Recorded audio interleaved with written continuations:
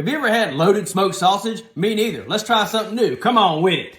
As you can see, this is solid frozen. And normally I would defrost it. But we're gonna defrost it another way.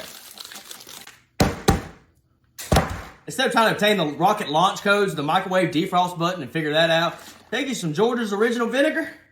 Now, it's gonna be a good brine. Might need 2 bottles. I'll take some of that OG Danos. Let's go to town. Take you a fork and start stabbing.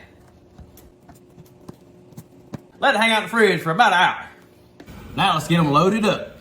Now we're gonna take one about that length. We're just gonna kind of open it up a little bit. Now we take us a block of mozzarella cheese and lay it in there. Now let's get them on the pit and go to work.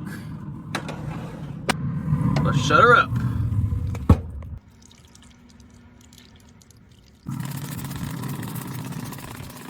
How about some onions too? Let's get them out of there. Oh man, would you look at them bad boys. Hit it with a little bit of mustard.